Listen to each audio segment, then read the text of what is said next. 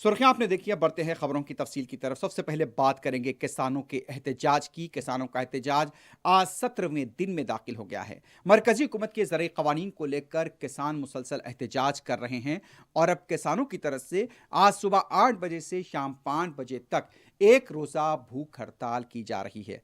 किसान अपने मौक़िफ़ पर डटे हुए हैं और किसानों का कहना है कि जब तक ज़राई कवानीन से दस्तबरदारी इख्तियार नहीं की जाती, हमारा एहतजाज जारी रहेगा।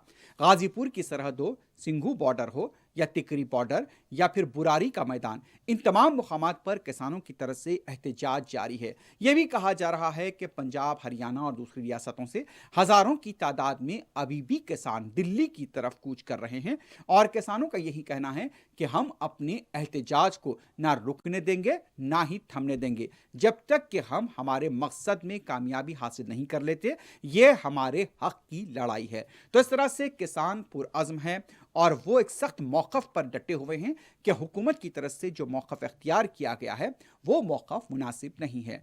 इस दौरान ये पता चला है कि दिल्ली के वज़ीर आला अरविंद केजरीवाल भी किसानों से इजहार यगानगत के तौर पर आज एक रोज़ा भूख हड़ताल में हिस्सा लेंगे।